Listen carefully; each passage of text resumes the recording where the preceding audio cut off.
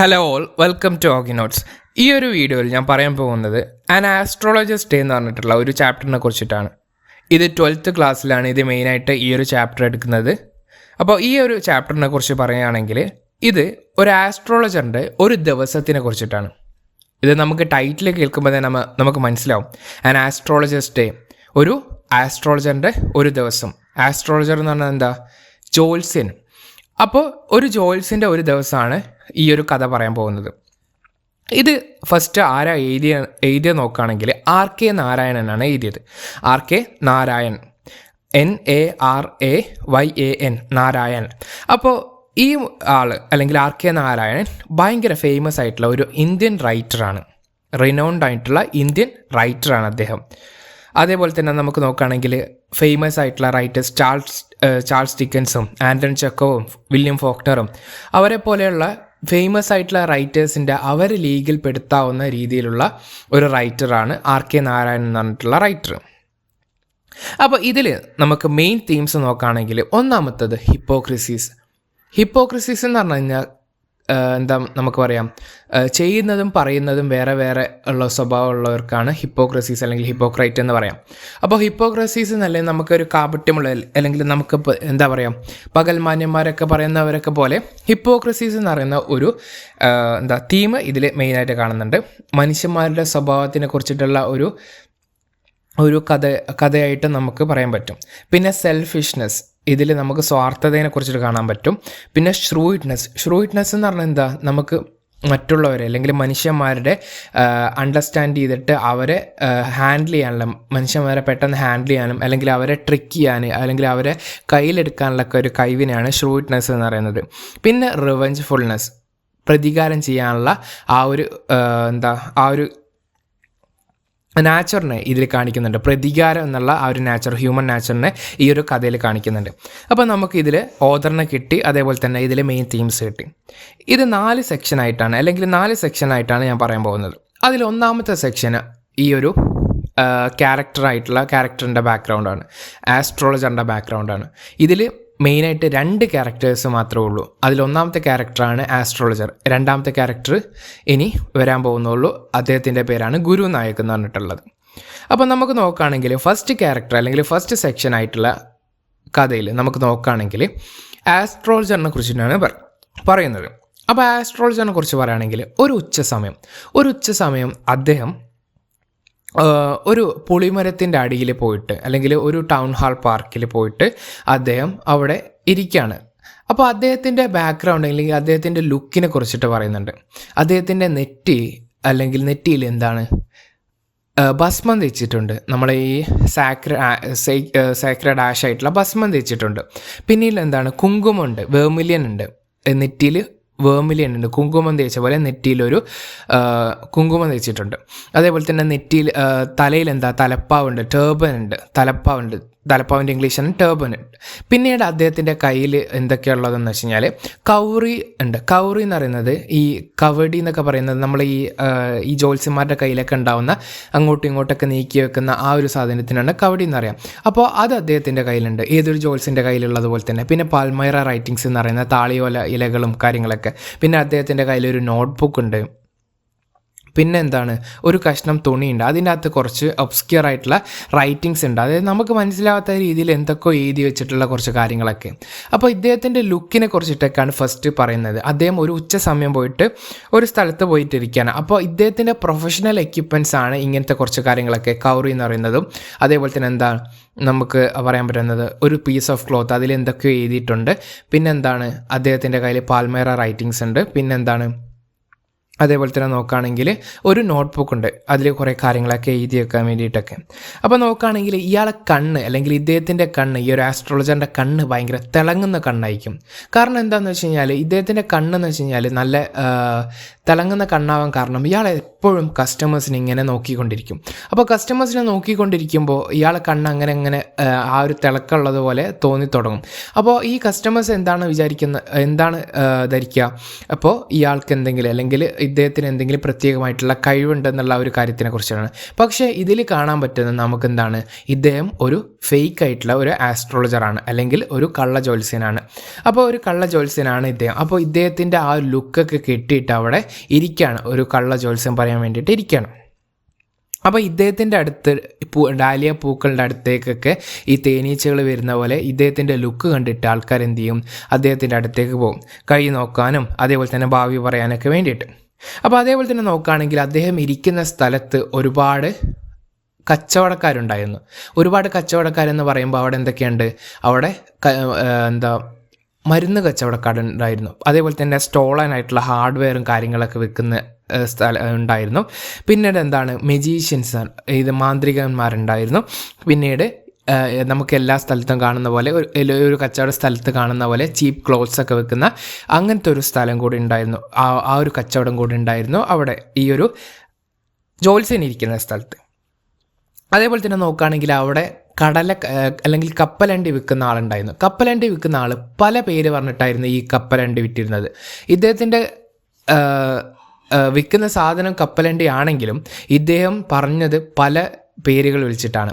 അതായത് ബോംബെ ഐസ്ക്രീം എന്ന് വിളിച്ചിട്ടും, അതേപോലെ തന്നെ ഡൽഹി ആൽമണ്ട് എന്ന് വിളിച്ചിട്ടും, പിന്നീട് രാജാസ് ഡെലിക്കസി എന്ന് വിളിച്ചിട്ടും, അദ്ദേഹത്തിന് പല പേരുകൾ വിളിച്ചിട്ടായിരുന്നു ആ ഒരു കപ്പലണ്ടി അദ്ദേഹം വിറ്റിരുന്നത്. അതുകൊണ്ട് തന്നെ എല്ലാവരും അദ്ദേഹത്തിൻ്റെ അടുത്തുനിന്ന് കപ്പലണ്ടി വാങ്ങുമായിരുന്നു. അദ്ദേഹം ഒരു ട്രിക്കായിരുന്നു ഇങ്ങനെയൊക്കെ പല പേരൊക്കെ പറഞ്ഞിട്ട് കപ്പലണ്ടി വിൽക്കുക എന്നുള്ള രീതിയിൽ. അത് നമുക്ക് ഏതൊരു കച്ചവട സ്ഥലത്ത് പോയി കഴിഞ്ഞാൽ നമുക്ക് മനസ്സിലാവും. പല കാര്യങ്ങളൊക്കെ വിളിച്ചു പറഞ്ഞിട്ട് വളരെ രസകരമായിട്ടുള്ള രീതിയിൽ വിളിച്ചു പറഞ്ഞിട്ടായിരുന്നു എല്ലാവരും ഈ കച്ചവടത്തിന് എല്ലാവരും വിളിക്കുക. അപ്പോൾ അതേപോലെ തന്നെയാണ് ഇവിടെ നമുക്ക് കാണാൻ പറ്റുന്നത്. പിന്നീട് നമുക്ക് നോക്കുകയാണെങ്കിൽ ഇദ്ദേഹം ഇരിക്കുന്ന സ്ഥലത്ത് ലൈറ്റിംഗ് ഇല്ല, അല്ലെങ്കിൽ സ്ട്രീറ്റ് ലൈറ്റ് ഇല്ല, മുനിസിപ്പൽ ലൈറ്റിംഗ് ഇല്ലായിരുന്നു. അപ്പോൾ അദ്ദേഹം എങ്ങനെയാണ് ചെയ്യുന്നതെന്ന് വെച്ച് കഴിഞ്ഞാൽ, ഈ ഒരു ആസ്ട്രോളജർ അല്ലെങ്കിൽ ഈ ഒരു ജ്യോത്സ്യൻ എന്താ ചെയ്യുന്ന നോക്കുകയാണെങ്കിൽ ഇദ്ദേഹം ബാക്കിയുള്ളവരുടെ വെളിച്ചത്തിൽ ഡിപ്പെൻഡ് ചെയ്തിട്ടാണ്, അല്ലെങ്കിൽ ബാക്കിയുള്ളവരുടെ വെളിച്ചത്തിൽ അവരെ വെളിച്ചത്തിലാണ് ഇദ്ദേഹം കഴിഞ്ഞിരുന്നത്, അല്ലെങ്കിൽ അവരെ വെളിച്ചത്തിലാണ് ഇദ്ദേഹം ഈ ജോത്സ്യമൊക്കെ നടത്തിയിരുന്നത്. ഈ ഒരു കടലക്കാരനും അല്ലെങ്കിൽ വേറെ കുറച്ച് കച്ചവടക്കാർക്കൊക്കെ അവർക്കൊക്കെ സ്വന്തമായിട്ട് കുറച്ച് ലൈറ്റൊക്കെ ഉണ്ടായിരുന്നു. അതേപോലെ തന്നെ സൈക്കിൾ ലാമ്പ്, ഇതേപോലെ തന്നെ മണ്ണെണ്ണ വിളക്ക്, അങ്ങനത്തെ കുറച്ച് ലൈറ്റുകളൊക്കെ ഉണ്ടായിരുന്നു. ആ വെളിച്ചങ്ങളൊക്കെ കിട്ടിയിട്ടാണ് ഇദ്ദേഹത്തിന്, അല്ലെങ്കിൽ ഈ ജോത്സ്യം നടത്തിയിരുന്നത്. ഇദ്ദേഹത്തിന് സ്വന്തമായിട്ട് ലൈറ്റ് ഇല്ലായിരുന്നു. അപ്പോൾ ഈ ഒരു ലൈറ്റ്, ബാക്കിയുള്ളവരൊക്കെ ലൈറ്റ് അണച്ചു കഴിഞ്ഞാൽ ഇദ്ദേഹം വീട്ടിൽ പോകുമായിരുന്നു. അപ്പോൾ സാധാരണ എല്ലാ ദിവസവും പോലെ തന്നെ, എല്ലാവരെയും പോലെ തന്നെ ഇദ്ദേഹം ഹാർഡ് വർക്ക് ചെയ്തിട്ട് പൈസ ഉണ്ടാക്കുമായിരുന്നു. പക്ഷേ ഇദ്ദേഹം ബാക്കിയുള്ളവരെ പറ്റിച്ചിട്ടാണ്, അല്ലെങ്കിൽ ഒരു ഫേക്ക് ആയിട്ടുള്ള ആസ്ട്രോളജർ ആയിട്ടായിരുന്നു ജീവിച്ചിരുന്നത്. ഇനി രണ്ടാമത്തെ സെക്ഷനായിട്ട് നോക്കുകയാണെങ്കിൽ അദ്ദേഹത്തിൻ്റെ ബാക്ക്ഗ്രൗണ്ടാണ്, അല്ലെങ്കിൽ അദ്ദേഹം ഈ ജ്യോത്സ്യം തിരഞ്ഞെടുക്കുന്നതിന് മുമ്പ് എന്താണ് ചെയ്തതെന്ന് എന്നുള്ള ഒരു ക്വസ്റ്റ്യനാണ് ഇവിടെ നമുക്ക് നോക്കാൻ പോകുന്നത്. ജ്യോത്സ്യത്തിന് മുമ്പേ അദ്ദേഹം വേറൊരു നാട്ടിലായിരുന്നു. അപ്പോൾ ആ നാട്ടിൽ അദ്ദേഹത്തിൻ്റെ അപ്പൂപ്പന്മാരൊക്കെ ചെയ്തിരുന്നത് കൃഷിയും അതേപോലെ തന്നെ കൃഷി സംബന്ധമായ ജോലികളൊക്കെ ആയിരുന്നു. അപ്പോൾ ഇദ്ദേഹം സാധാരണയായിട്ട് ഈ കൃഷിയിലേക്ക് പോകേണ്ട ഒരാളായിരുന്നു. പക്ഷേ ഇദ്ദേഹം കൃഷിയിലേക്ക് പോകുന്നതിന് മുമ്പ് ആ നാട്ടിൽ നിന്ന് ഒളിച്ചോടി വന്നിട്ടാണ് ഈ ഒരു നാട്ടിലേക്ക്, അല്ലെങ്കിൽ അദ്ദേഹം ഇപ്പോൾ നിൽക്കുന്ന നാട്ടിലേക്ക് വന്നിട്ട് ജ്യോത്സ്യനായത്. അപ്പോൾ അവിടെ എന്തോ കാര്യം ചെയ്തിട്ട്, അല്ലെങ്കിൽ എന്തെങ്കിലും ഒരു തെറ്റ് ചെയ്തിട്ടാണ് ഈ ഒരു ഇങ്ങോട്ടേക്ക് ഓടി വന്നത്. അപ്പോൾ ഇതാണ് അദ്ദേഹത്തിൻ്റെ ബാക്ക്ഗ്രൗണ്ട്. വേറെ നോർത്തിലുള്ള ഒരു വില്ലേജിലായിരുന്നു അദ്ദേഹം. 2 ദിവസത്തെ ട്രാവൽ ഉണ്ട് ഇങ്ങോട്ടേക്ക്. ഇദ്ദേഹം ഇപ്പം, അല്ലെങ്കിൽ ജ്യോത്സ്യനായിട്ട് നിൽക്കുന്ന സ്ഥലത്തിലേക്ക് 2 ദിവസത്തെ യാത്ര ഉണ്ട്. അപ്പോൾ ആ ഒരു നാട്ടിൽ നിന്ന് ഇങ്ങോട്ടേക്ക് ഒളിച്ചോടി വന്ന ഒരാളായിരുന്നു ആസ്ട്രോളജർ എന്ന് പറയുന്നത്. അദ്ദേഹത്തിൻ്റെ അപ്പൂപ്പന്മാരൊക്കെ ചെയ്തിരുന്നത് കൃഷി സംബന്ധമായ ജോലികൾക്കായിരുന്നു. അപ്പോൾ ഇദ്ദേഹം കൃഷിയായിട്ട് സംബന്ധമായി ജോലി ചെയ്യേണ്ട ആളായിരുന്നു. പക്ഷേ പിന്നീട് അദ്ദേഹം എന്തോ കാര്യം ചെയ്തിട്ട് ഇങ്ങോട്ടേക്ക് ഒളിച്ചോടി വന്നിട്ട് സൗത്തിലുള്ള ഒരു വില്ലേജിലേക്കാണ്, ഇദ്ദേഹം നോർത്തിലായിരുന്നു, പിന്നെ സൗത്തിലുള്ള ഒരു വില്ലേജിലേക്ക് ഇദ്ദേഹം വന്ന് അവിടെ ഒരു കള്ള ജ്യോത്സ്യനായിട്ട് മാറിയിട്ടുണ്ടായിരുന്നു. ഇനി നോക്കുകയാണെങ്കിൽ അദ്ദേഹത്തിൻ്റെ അടുത്ത ഒരു കസ്റ്റമർ വന്നു കഴിഞ്ഞാൽ അദ്ദേഹം ആദ്യം തന്നെ ചെയ്യുന്നത് 10 മിനിറ്റോളം സംസാരിപ്പിക്കും. ഇപ്പോൾ നമുക്ക് നോക്കുകയാണെങ്കിൽ, ഇപ്പോൾ മെൻ്റലിസ്റ്റ് ആണെങ്കിലോ അല്ലെങ്കിൽ വേറെ ഏതൊരു നമുക്ക് മറ്റുള്ളവരെ മനസ്സിലാക്കണമെങ്കിൽ നമ്മൾ അങ്ങോട്ടല്ല പെട്ടെന്ന് പറയാം, നമ്മൾ അവരെ കൊണ്ട് ഇങ്ങോട്ട് സംസാരിപ്പിക്കുമ്പോൾ അവരറിയാതെ തന്നെ ഓരോ ചെറിയ ചെറിയ കാര്യങ്ങളൊക്കെ നമ്മളോട് പറയും. അപ്പോൾ നമ്മളോട് പറയുമ്പോൾ അതിൽ കൂടെ നമുക്ക് ചെറിയ ചെറിയ ഇൻഫോർമേഷനൊക്കെ കിട്ടും. ആ ഇൻഫോർമേഷൻ വെച്ചിട്ടാണ് കൂടുതൽ കാര്യം അങ്ങോട്ട് ചോദിക്കാൻ പറ്റുക, അല്ലെങ്കിൽ അവരെ കൂടുതൽ കാര്യം മനസ്സിലാക്കാൻ പറ്റുക.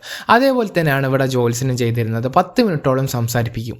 അപ്പോൾ 10 മിനിറ്റോളം സംസാരിപ്പിച്ചതിന് ശേഷം അയാൾ അല്ലെങ്കിൽ ആ ജോത്സ്യൻ ഇങ്ങനെയൊക്കെ പറയും: നിങ്ങളുടെ പ്രശ്നം നിങ്ങൾ തന്നെയാണ്, അല്ലെങ്കിൽ നിങ്ങളുടെ സ്വഭാവം കാരണമാണ് നിങ്ങളെ ഈ പ്രശ്നങ്ങളൊക്കെ ഉണ്ടാവാൻ കാരണം, അല്ലെങ്കിൽ ഇങ്ങനെയൊക്കെ പറയും. നിങ്ങൾ ചെയ്യുന്ന ജോലിയിൽ തക്കതായിട്ടുള്ള പ്രതിഫലം കിട്ടുന്നില്ലേ എന്നുള്ള രീതിയിൽ ചോദിക്കും. എല്ലാവർക്കും കോമൺ ആയിട്ട് വരുന്ന, അല്ലെങ്കിൽ എല്ലാവർക്കും വരുന്ന പ്രശ്നങ്ങളായിട്ടാണ് അദ്ദേഹം പറയുക. എല്ലാവർക്കും ഒരേപോലെ വരുന്ന പ്രശ്നങ്ങളാണ്. പിന്നീട് അയാൾ അങ്ങോട്ടേക്ക് പറയുക: നിങ്ങളുടെ ഫാമിലി അല്ലെങ്കിൽ നിങ്ങളുടെ കുടുംബത്തിൽ നിങ്ങളെ ഇഷ്ടമില്ലാത്ത ആരെങ്കിലുമൊക്കെ ഉണ്ടോ എന്നൊക്കെ ചോദിക്കും. അപ്പോൾ ഇതൊക്കെ വരുന്നത് എല്ലാവർക്കും ഒരേപോലെ വരുന്ന പ്രശ്നങ്ങളാണ്.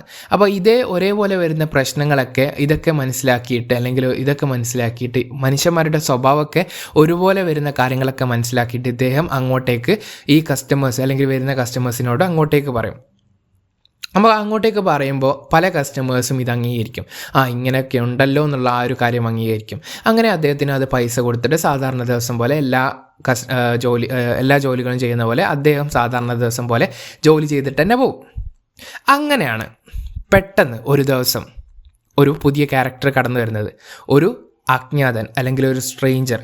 അപ്പോൾ സ്ട്രേഞ്ചർ കടന്നു വരുന്ന ആ ഒരു സമയം എന്ന് പറയുന്നത്, ഈ അദ്ദേഹം ആസ്ട്രോളജർ അല്ലെങ്കിൽ ജോത്സ്യൻ എല്ലാ ദിവസം പോലെ ജോത്സ്യമൊക്കെ നടത്തി മനുഷ്യന്മാരിങ്ങനെ ഓരോ ദിവസം വന്ന് ആ ഒരു പാർക്കിൽ ഓരോ ദിവസം വന്ന് ഇദ്ദേഹത്തിൻ്റെ അടുത്തും ഒരുപാട് കസ്റ്റമേഴ്സൊക്കെ അല്ലെങ്കിൽ ക്ലയൻസൊക്കെ വന്നിട്ട് ഇദ്ദേഹത്തിൻ്റെ അടുത്തും ഭാവി കാര്യങ്ങളൊക്കെ പറഞ്ഞ് സാധാരണ ദിവസം പോലെ മുന്നോട്ട് പോയിരുന്ന ദിവസങ്ങളാണ്. അപ്പോൾ ആ ഒരു ദിവസം ഒരു രാത്രി ഒരു അജ്ഞാതൻ അവിടെ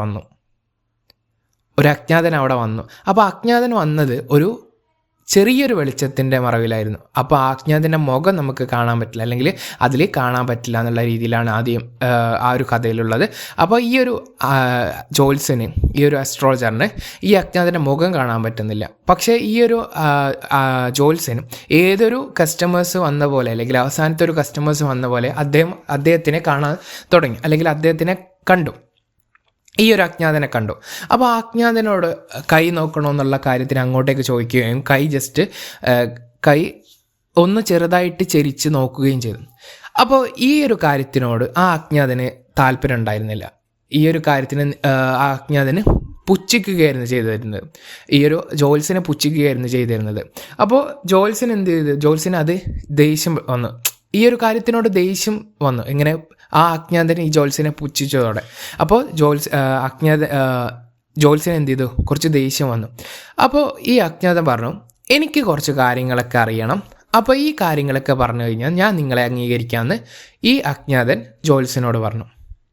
അപ്പോൾ ജോത്സ്യൻ ദേഷ്യത്തോടെ ഇരുന്നുകൊണ്ട്, ഞാൻ ആകെ 3 പൈ രൂപയാണ് വാങ്ങിയിരുന്നത്. അപ്പോൾ ആ 3 പൈ രൂപയ്ക്ക് ഞാൻ ആവശ്യമുള്ള കാര്യങ്ങളൊക്കെ ഞാൻ അങ്ങോട്ട് പറഞ്ഞു തരുന്നുണ്ട്. അപ്പോൾ ഇതിൽ കൂടുതലൊക്കെ എനിക്ക് പറഞ്ഞു തരാൻ പറ്റില്ല എന്നാണ് ഈ ഒരു ജോത്സ്യൻ പറഞ്ഞു തരുന്നത്. അങ്ങനെ ഇവർ രണ്ടാളും, അല്ലെങ്കിൽ ഈ ഒരു അജ്ഞാതനും ഈ ഒരു ജോത്സ്യനും തമ്മിൽ സംസാരിച്ച് ഒരു നിശ്ചിത തുകയ്ക്ക് ഇവർ ഡീൽ ഉറപ്പിക്കും. അല്ലെങ്കിൽ ഇവർ അങ്ങോട്ടും ഇങ്ങോട്ടും കൈ കൊടുത്തിട്ട് കുറച്ച് കാര്യങ്ങളൊക്കെ പറഞ്ഞു കൊടുക്കാൻ വേണ്ടിയിട്ട് ജോത്സ്യനോട് ഈ അജ്ഞാതൻ പറയും. അപ്പോൾ അജ്ഞാതൻ പറയുമ്പോൾ ആദ്യം ജോത്സ്യന് നല്ല 5 രൂപ തരുമോ എന്നുള്ള രീതിക്ക് ചോദിക്കും. അന്നൊക്കെ 5 രൂപ എന്ന് പറയുന്നത് നല്ലൊരു എമൗണ്ടാണ്. അപ്പോൾ ആ ഒരു കാര്യത്തിനോട് അജ്ഞാതൻ അംഗീകരിക്കില്ല. പിന്നീട് ചെറിയൊരു എമൗണ്ട്, അല്ലെങ്കിൽ അതിൽ കുറച്ചിട്ടുള്ള ഒരു എമൗണ്ട് തരാമെന്നുള്ള രീതിയിൽ പറയും.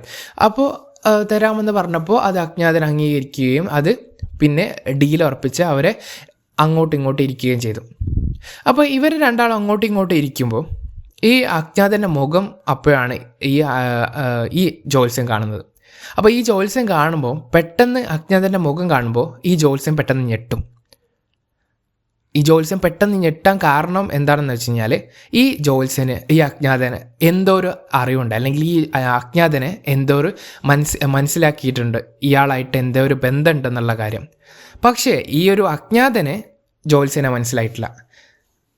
അപ്പോൾ ഈ ജോത്സ്യൻ എന്ത് ചെയ്യും? പെട്ടെന്ന് എണീക്കാൻ തുടങ്ങും. എനിക്കിതിന് താല്പര്യമില്ല, നിങ്ങൾ പിന്നീട് ഒരു ദിവസം വരാമെന്ന് പറഞ്ഞിട്ട് ഈ അജ്ഞാതനോട് പറയും. അപ്പോൾ ഈ അജ്ഞാതൻ പറയും ഇനിയിപ്പോൾ നിങ്ങൾ എന്തായാലും നിങ്ങൾ കൈയൊക്കെ ഉറപ്പിച്ച് ഡീലൊക്കെ ഉറപ്പിച്ചതാണ്, അപ്പോൾ ഇനി നിങ്ങൾക്ക് പോകാൻ പറ്റില്ല എന്നുള്ള കാര്യം ഈ അജ്ഞാതൻ ജോത്സ്യനോട് പറഞ്ഞു. അങ്ങനെ പേടിച്ചുകൊണ്ട് ഈ ജോത്സ്യൻ എന്ത് ചെയ്യും, ഞാൻ പറഞ്ഞു തരാം, പക്ഷേ എനിക്ക് 1 രൂപ ഫുള്ളായിട്ട് വേണം, അല്ലെങ്കിൽ 1 രൂപ മൊത്തമായിട്ട് തന്നു കഴിഞ്ഞാൽ മാത്രമേ ഞാനിത് പറയുള്ളൂ, അല്ലെങ്കിൽ എന്ത് വേണമെങ്കിലും നിങ്ങൾ എന്നെ ചെയ്തോ എന്ന് പറയും. അപ്പോൾ ഇത് ഈ അജ്ഞാതൻ അംഗീകരിച്ചതിന് ശേഷം ഇയാൾ അല്ലെങ്കിൽ ഈ ജോത്സ്യൻ അങ്ങോട്ടേക്ക് പറയും ഈ അജ്ഞാതനോട്, നിങ്ങളെ നെഞ്ചിൽ പണ്ടാരോ കുത്തിയിട്ടില്ലേ എന്ന് ചോദിക്കും. ഈ ജോത്സ്യൻ അങ്ങോട്ടേക്ക് അജ്ഞാതനോട് പറയും നിങ്ങളെ നെഞ്ചിൽ പണ്ടാരോ കുത്തിയിട്ടില്ലേ എന്ന് ചോദിക്കും. അപ്പോൾ ചോദിക്കുമ്പോൾ ഈ അജ്ഞാതൻ അത് അംഗീകരിക്കും, കുത്തിയിട്ടുണ്ട്, അതേപോലെ തന്നെ എന്നെ കുത്തിയിട്ട് ഒരു കിണറ്റിലേക്ക് തള്ളിയിട്ടിട്ട് ആ കുത്തിയ ആൾ ഓടിപ്പോവുകയും ചെയ്തിട്ടുണ്ടായിരുന്നു.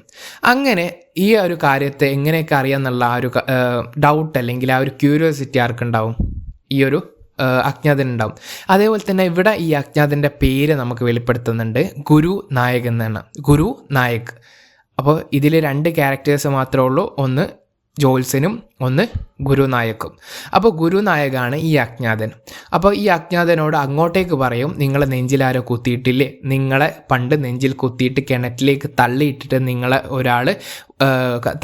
ഒരാൾ പോയില്ലേ എന്ന് ചോദിക്കും. അപ്പോൾ ഇതൊക്കെ അംഗീകരിച്ചുകൊണ്ട് ഈ ഒരു ഗുരുനായക് പറയും അങ്ങനെ ചെയ്തിട്ടുണ്ട് എന്നുള്ള കാര്യം പറയും. അപ്പോൾ ഈ ജോത്സ്യൻ പറയും എനിക്ക് ഇനിയും ഒരുപാട് കാര്യങ്ങൾ അറിയാം, നിങ്ങളെപ്പറ്റി ഒരുപാട് കാര്യങ്ങൾ അറിയാം, പക്ഷേ ഇപ്പോൾ നിങ്ങൾ അന്വേഷിക്കുന്ന ആൾ അല്ലെങ്കിൽ ഈ ഒരു അജ്ഞാതൻ ഒരാളെ അന്വേഷിച്ച് വന്നതാണ്, ഈ തന്നെ കുത്തിയ ആൾ അന്വേഷിച്ച് വന്നതാണ്. അപ്പോൾ ആ അജ്ഞാതൻ ചോദിക്കും അല്ലെങ്കിൽ ഗുരുനായക് ചോദിക്കും എന്നെ കുത്തിയ ആളെ എനിക്കിപ്പോൾ കണ്ടുപിടിക്കാൻ പറ്റുമോ എന്ന് ഈ ജോത്സ്യനോട് ചോദിക്കും. അപ്പോൾ ജോത്സ്യനോട് ചോദിക്കുമ്പോൾ എന്താ പറയുക, ജോത്സ്യൻ എന്ത് പറയും, ആ ആൾ അല്ലെങ്കിൽ അജ്ഞാതനെ കുത്തിയ ആൾ 4 മാസം മുമ്പേ ലോറി ഇടിച്ച് ചതഞ്ഞ് മരിച്ചു എന്ന് പറയും.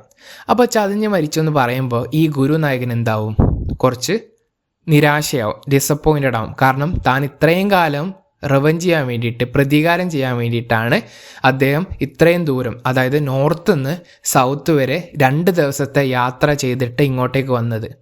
ഈ നോർത്തിൽ തന്നെയാണ് ഈ ഒരു ജോത്സ്യൻ്റെ നാട് വരുന്നത്. പണ്ടൊരു തെറ്റ് ചെയ്തിട്ടാണ് ജോത്സ്യൻ ഇങ്ങോട്ടേക്ക് വന്നത്. അപ്പോൾ നമുക്കിവിടെ ഡൗട്ട് വരുന്നത് ഈ അജ്ഞാതനെ കുത്തിയ ആൾ അല്ലെങ്കിൽ ഗുരുനായകനെ കുത്തിയ ആൾ ആരാണെന്നാണ് ഡൗട്ട് വരുന്നത്. അപ്പോൾ ചിലപ്പോൾ ഇപ്പം പറയുമ്പോൾ എല്ലാവരുടെ മനസ്സിൽ ആരാന്നുള്ള ആ ഒരു കാര്യം നമുക്ക് മനസ്സിൽ കിട്ടും. ഓഫ് കോഴ്സ് നമുക്ക് ഈ ജോത്സ്യൻ എന്നാണ് പണ്ട് കുത്തിയിട്ട് ഇങ്ങോട്ടേക്ക് വന്നത്. പക്ഷേ ഗുരുനായകൻ എന്ത് മനസ്സിലായിട്ടില്ല, ഈ ജോത്സ്യനാണെന്ന് മനസ്സിലായിട്ടില്ല. കാരണം ജോത്സ്യൻ്റെ മുഖഭാവങ്ങളൊക്കെ അല്ലെങ്കിൽ മുഖത്തിലുള്ള ഫേഷ്യൽ ഫീച്ചേഴ്സൊക്കെ മാറിയിട്ടുണ്ടായിരുന്നു, അദ്ദേഹത്തിൻ്റെ ആ ലുക്കും കാര്യങ്ങളൊക്കെ മാറിയിട്ടുണ്ടായിരുന്നു. പക്ഷേ ജോത്സ്യൻ എന്ത് മനസ്സിലായി, അദ്ദേഹത്തിന് മനസ്സിലായി. അങ്ങനെ ഈ ജോത്സ്യൻ പറയും നിങ്ങൾ ഇനി ഇങ്ങോട്ടേക്ക് വരാൻ പാടില്ല, നിങ്ങൾ ഇനി ഇങ്ങോട്ടേക്ക് വന്നിട്ടില്ലെങ്കിൽ നിങ്ങൾ ഇനിയും 100 വർഷം ജീവിക്കും, പക്ഷേ നിങ്ങൾ ഇനി ഇങ്ങോട്ടേക്ക് വന്നു കഴിഞ്ഞാൽ നിങ്ങൾ ഇനി അധികകാലം ജീവിക്കില്ല എന്നുള്ള കാര്യം പറയും. അതേപോലെ തന്നെ നിങ്ങൾ അന്വേഷിച്ച് വന്നിരിക്കുന്ന ആൾ 4 മാസം മുമ്പേ മരിച്ചു എന്ന കാര്യവും പറയും.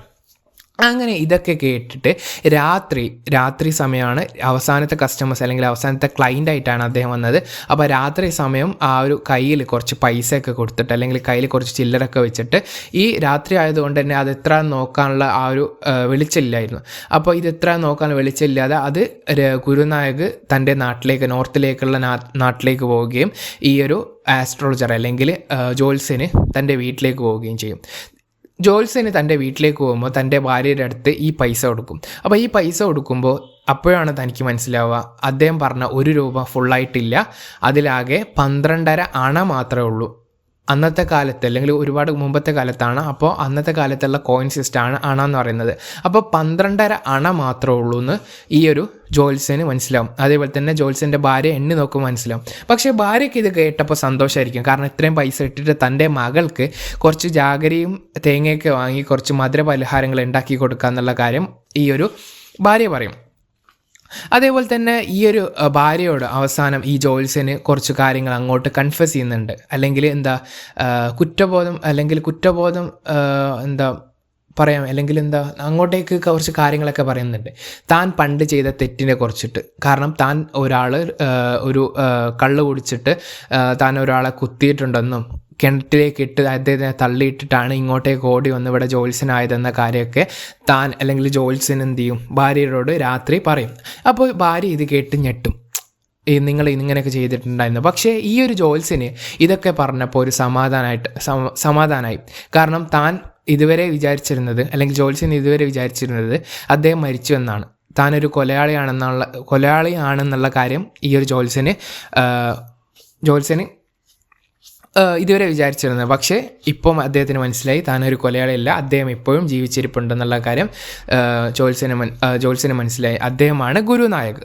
അപ്പോൾ ഗുരുനായക് ഇപ്പോഴും ജീവിച്ചിരിപ്പുണ്ട്. ആ ഒരു കുറ്റബോധം അദ്ദേഹത്തിൻ്റെ ഉള്ളിൽ മനസ്സിൽ നിന്ന് ഇറങ്ങിപ്പോയി എന്നുള്ള ആ ഒരു കാര്യം മനസ്സിലായി.